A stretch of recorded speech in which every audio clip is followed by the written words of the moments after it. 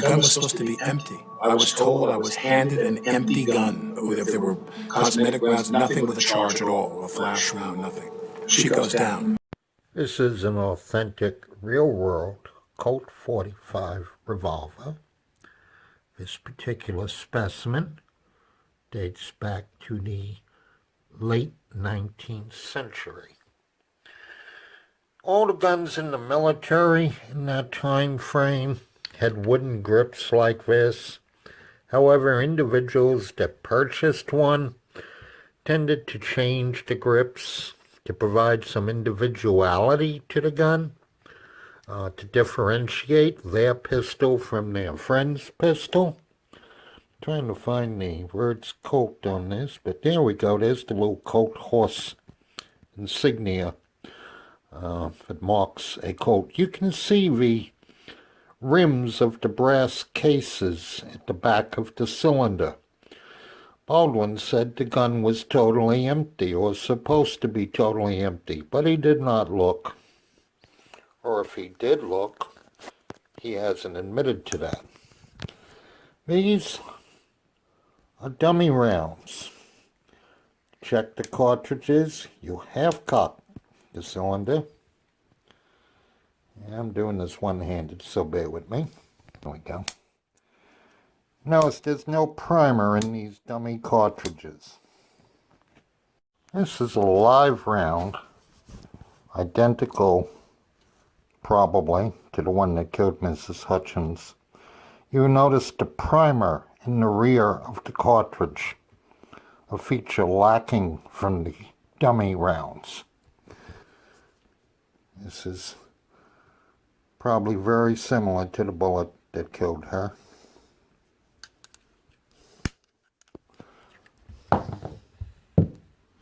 Angle, and I draw the gun out, and I find a mark, I draw the gun out, I find a cock. And what's really urgent is the gun wasn't meant to be fired in that angle. So if you're shooting directly into the camera lens, you're not aiming? I'm not shooting into the camera lens. I'm shooting just off.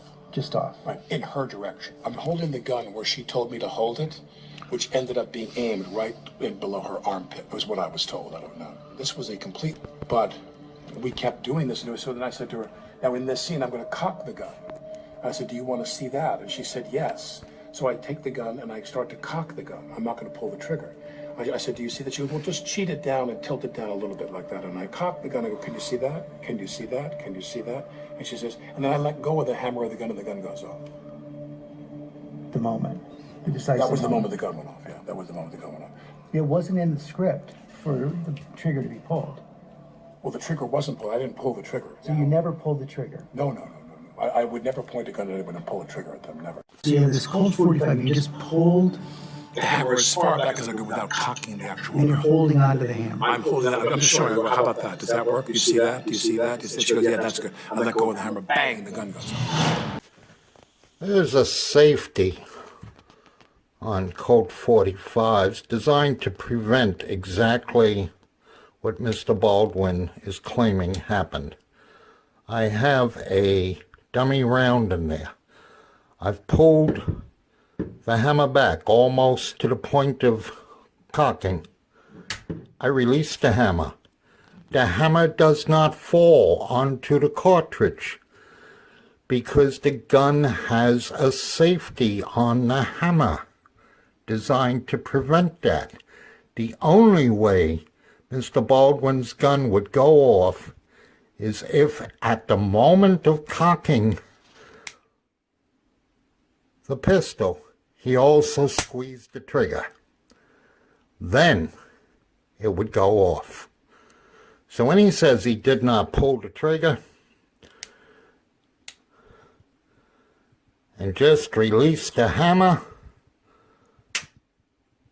my gun says that's not true. He had to have been pulling the trigger while pointing the gun at the woman after not checking to see if the gun was loaded, even though he says he has received training in the gun. Down.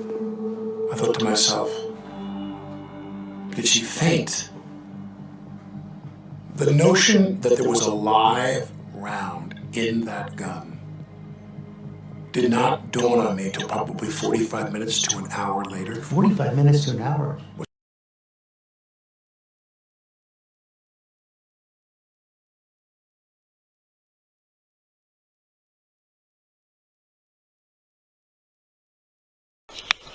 Made in 1881, caliber 45.